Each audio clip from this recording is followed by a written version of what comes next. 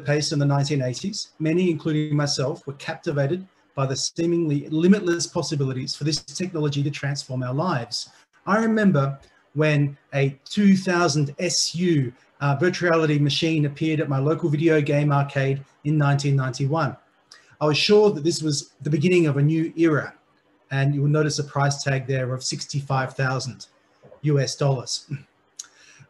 When the movie Lawnmower Man was released in cinemas in 1992, I was even more convinced that virtual reality was just around the corner and that it would be everywhere in everyone's lives very, very soon.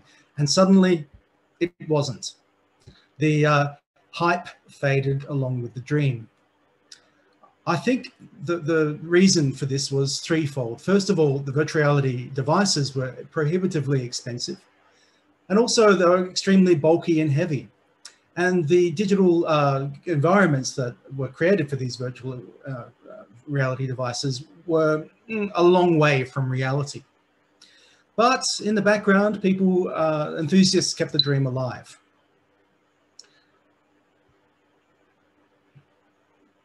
Non-immersive VR technologies for the ancient world began to appear on the web, such as Quicktime Vr.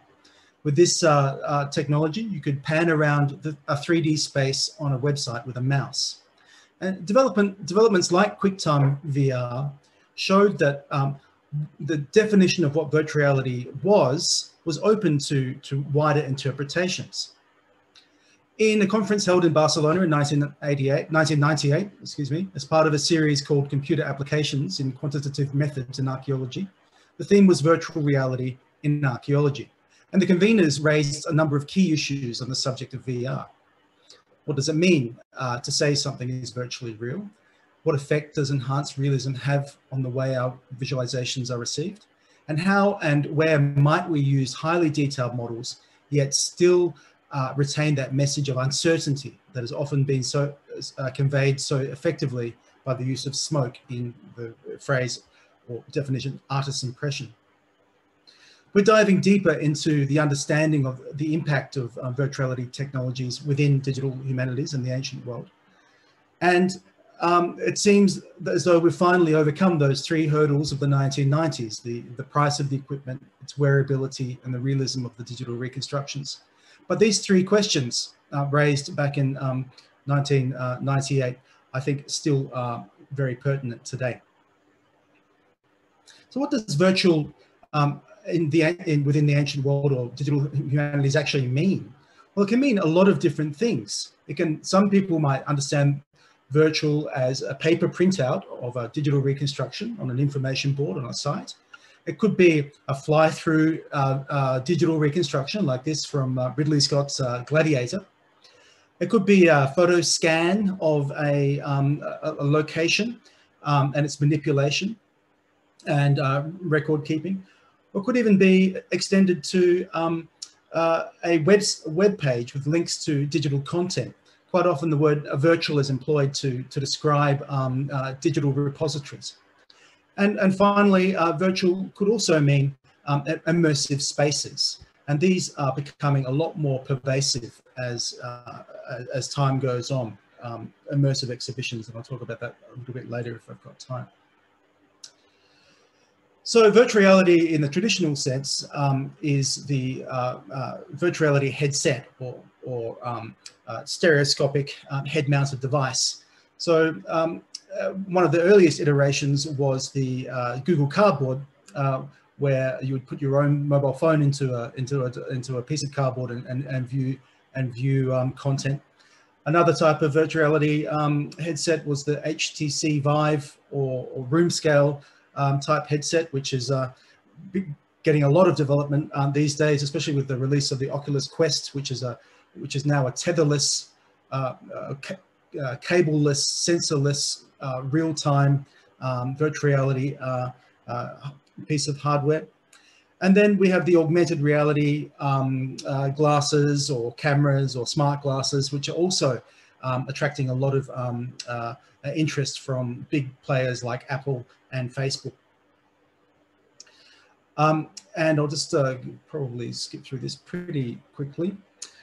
So you might think that with the non-event of virtuality in the 1990s, that it will happen again. And indeed, many have argued that the hype in the early mid 2015s has died down. That virtual reality headsets are again going to go the way that they did in the 90s.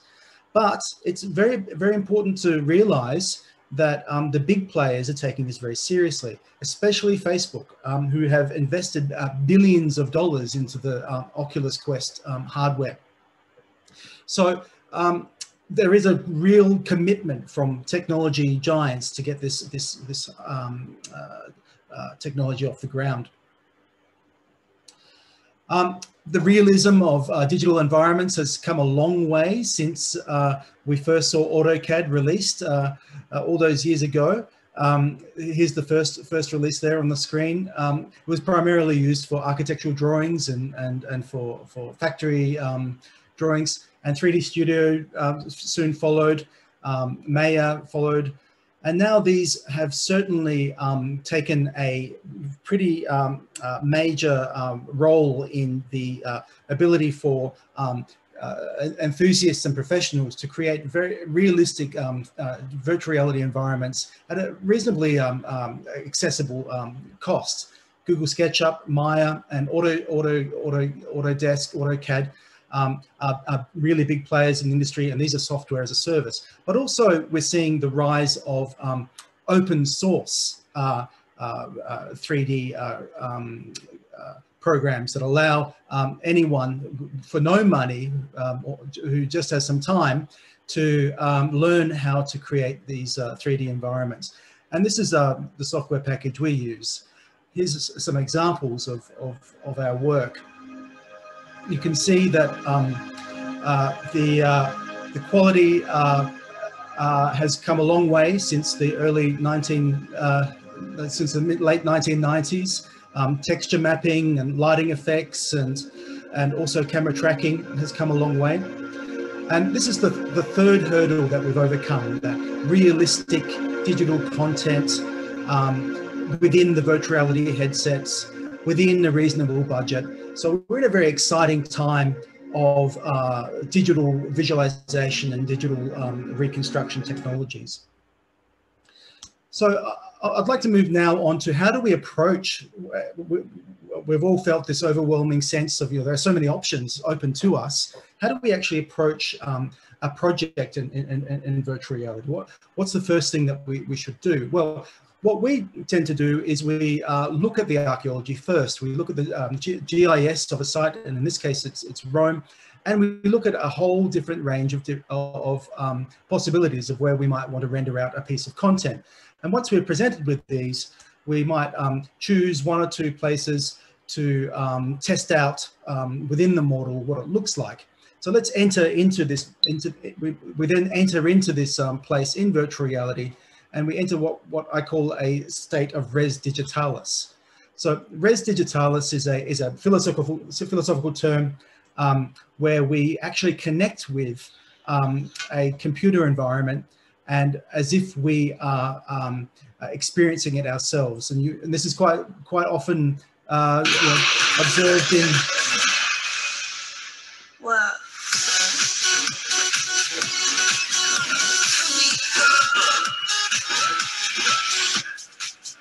Wow. So here everyone can probably relate to mentally entering a digital space within a video game. And this promotional video from Oculus actually talks about how virtual reality is going to be the next big kind of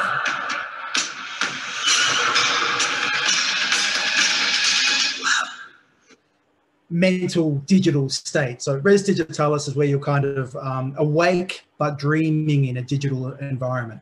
So once we're in this state of res digitalis, we can start to see or imagine what we're looking at in virtual reality. And I'll come back to this in a moment. I might skip through this just because. Oh, and finally, what's really important is how do we present our work? After we've put all this effort into creating this digital content, it's very important to think about the audience who is going to be receiving this, and the context of the deployment of the work is going to definitely inform how we display the work, if it's for education, if it's for a museum, if it's for the elderly, or if it's for tourism. So the final product, or the deployment of the work, is really important in the process as well.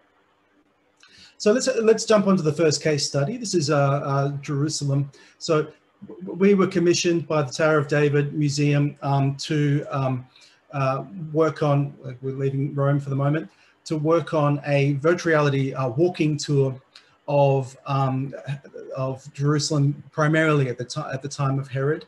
The concept was that we would bring to life fairly poorly preserved ruins to create an industrial virtual reality walking tour using head-mounted devices. So, first of all, we approached the museum, and they provided us with the tools that we needed to create the virtual model from their archives, from their local knowledge, and from the existing collection in the museum. After we did that, we put together our potential entry points within Jerusalem, and there were quite a few. And here we were really thinking about the deployment of the final experience. How far can somebody walk within a certain amount of time? What story do we want to tell? Which parts of history do we want to focus on? The social parts? Do we want to focus on the architectural parts? How will this all come together in a cohesive narrative? And in the end, we chose 12 points of all these different options. Then, of course, we enter into a state of res digitalis, where we do a block out. And I'll take 1 point, for example, a view from the Fasel Tower. And we're in our virtual reality headset, and we're looking around, and we notice things that we didn't notice from a map, or we didn't notice from a plan. And what do we notice? Most of all, was we notice a massive sprawling cityscape of ancient Jerusalem, whose details we are very unfamiliar with, and also, of course, the topography of the city outside of the countryside outside the city. What was the vegetation like? And I guess the point here is that you don't really see that or understand that until you've gone into that very first draft of virtual reality. Looking at an elevation plan or a map or thinking about it is not quite the same as seeing it or feeling as though you're embedded within that environment. So once we've kind of got these kind of research questions firing in our minds, we then, of course, are driven to find answers to these questions. And we went to a variety of different sources for the vegetation and topography around Jerusalem, 19th century engravings, for example, different publications about the relative height of the towers, and also from the Holy Land model of Jerusalem, which is apparently one of the best reference points. Very uncertain, of course, but to get a general sense of the cityscape itself. And so from that, we deployed the content to the now a new technology is launching audience. Jerusalem's historical tourism into the future. We are providing them with a way that they can consume the city, the way they are walking through the city, learning about its history. It has to be very interactive. You know, when you go with kids today to a museum, they don't want to be next to a picture and read about the painter. They, on the other hand, they want that there will be some kind of a game, entertainment, interaction. So she makes a very interesting point that I like to touch upon. She talks about consuming the city, and that seems very strange because how do we consume a city? It's not a hamburger. But what she's really referring to here is a digital consumption of cultural heritage. And this is and I think we can all agree, this is the way the world is going, is that the way that visitors to heritage sites these days behave is they want to absorb information. And how do they absorb information? What's the current behavior of absorbing information? It's digitally, through devices, through tablets, people, visitors are very not reluctant, but they are not as motivated to read information boards or to look at labels. They much prefer to interact with the screen because that's how they get most of their information. So the second case study, of course, is Masada, and this was a pilot content creation project that we worked with, we did in conjunction with the INPA. Of course, Masada is a fairly well-preserved site, and what we were looking at was creating a audio-visual virtual reality guide for the site. So again, the first thing we do is we look at the tools, we go to a site visit, we take lots of photographs to do our initial research, and we build up our research model. Again, we looked at all the possible entry points for the virtual reality environment within Masada, and decided to do the most visited parts as a pilot, which was the storeroom complex, the northern palaces, the lots and the Ostraka Church, the synagogue, etc. So we put together our first digital model, and we enter into our state of res digitalis. We have a look around, and what do we see? We see a very empty room, nicely shaded, lovely view, and we wonder, you know, what's missing from here? What do we need to add? And clearly, you know, it was some kind of entertainment area or entertaining area. And here perhaps we took a little bit of a leap of faith, where we added some furniture, some cloth to make it a little bit more hospitable, and entertainment areas and some people as well.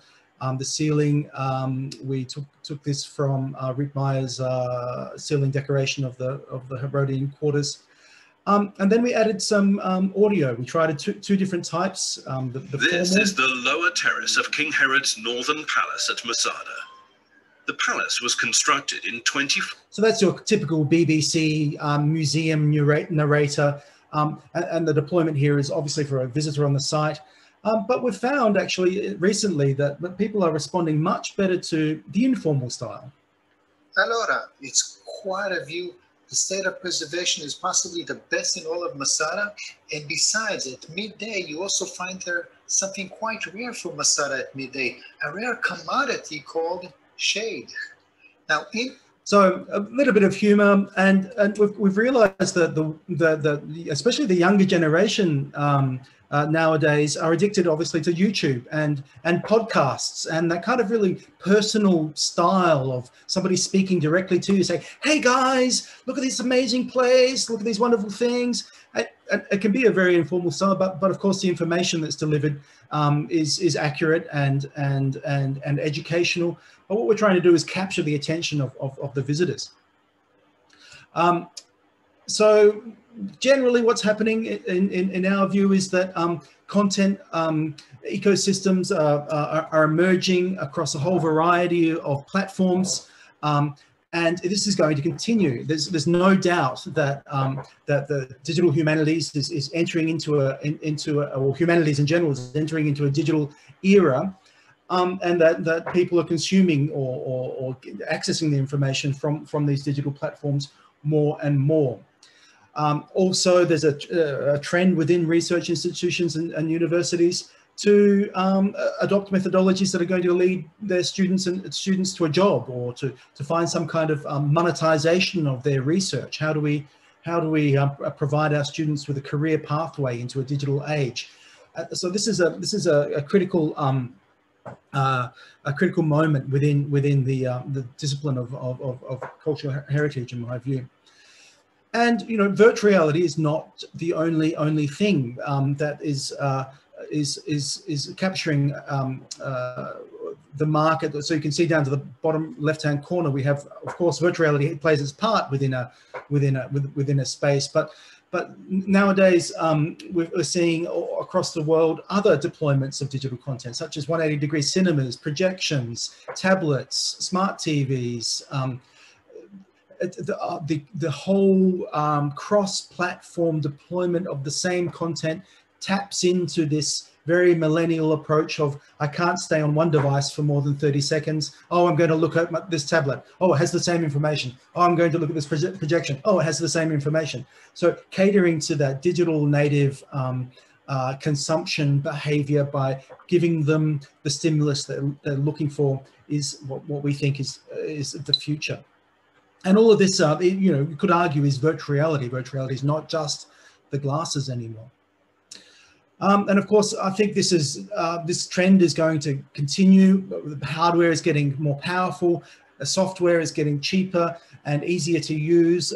Quality is getting digital quality is getting much. Quality of content is improving rapidly. 5G networks and connectivity is allowing high definition content to be downloaded and streamed onto devices.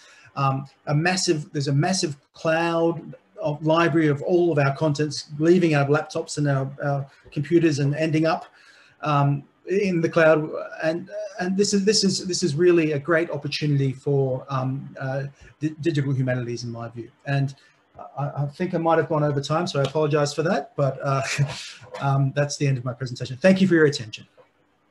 Thank you very much, and you were fine. You were right on time. Oh, good. So we have 10 more minutes for questions. So perhaps the best way is either write your question on chat or raise your hand, or at the moment, just speak out because I don't see. Yeah, so yeah. I would like to check with you, Simon. First of all, thank you very much. And in your preservations for the VR, did you check the archaeological details? Yes, so for Jerusalem is a very good example.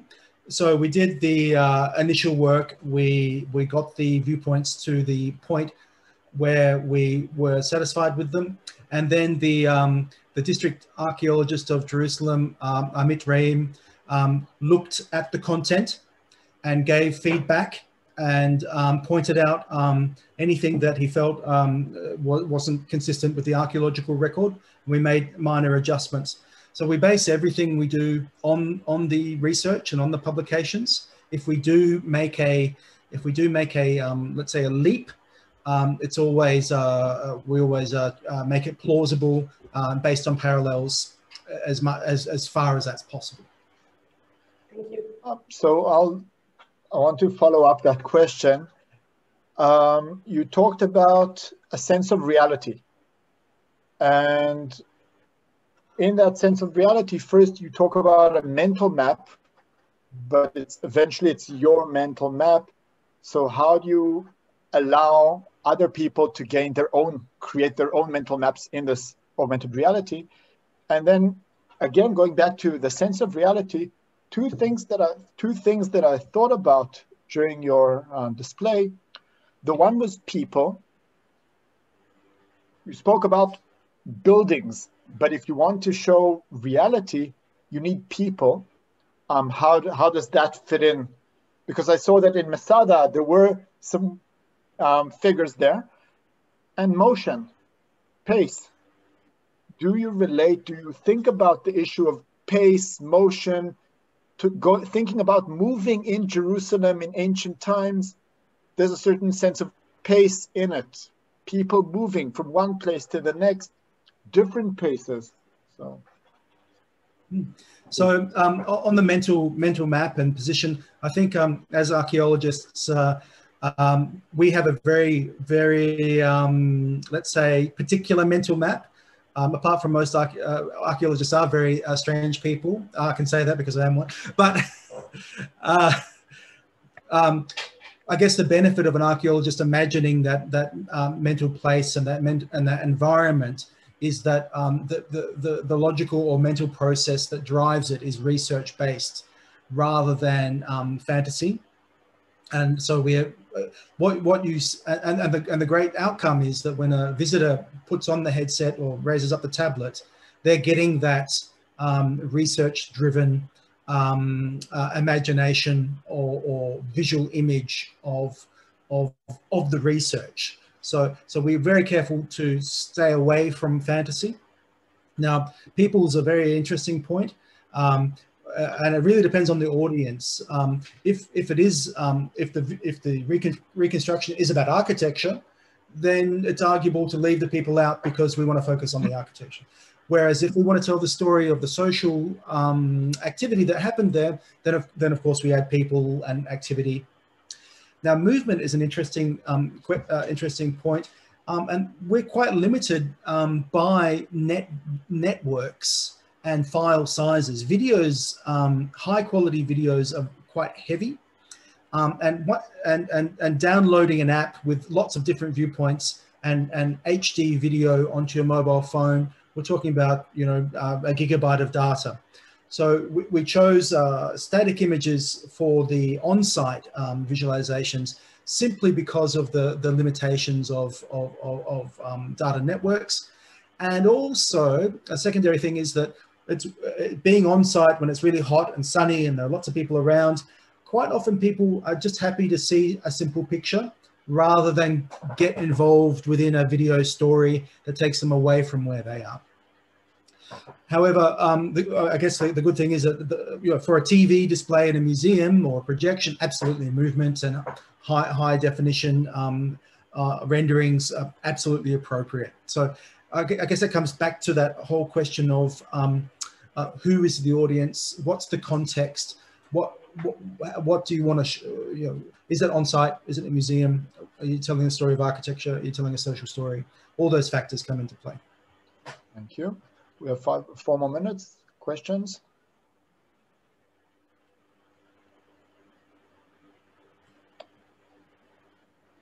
Okay, so I did have a question on chat from Sasha. I don't think. So thank you very much for this session. You guys are doing an amazing job. Well done. The value of tourists is very clear and substantial for some reason. And unfortunately, I don't see it yet used widely. I wonder, what is your opinion regarding the reason why, and when would it be used more widely and in the mass market?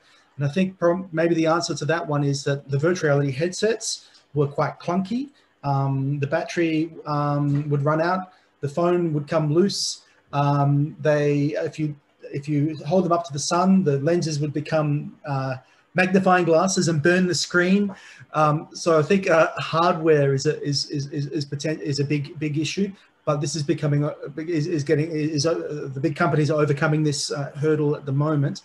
And I think it's also about people feeling comfortable with new hardware. There's a famous graph of how long it took for the radio to take off. There was a little blip where some people had it for 10 years, and then suddenly there was mass adoption 10 years after that. So we're on a kind of a wave of adoption, rejection, adoption, rejection. But hopefully this time we get there. Thank you very much.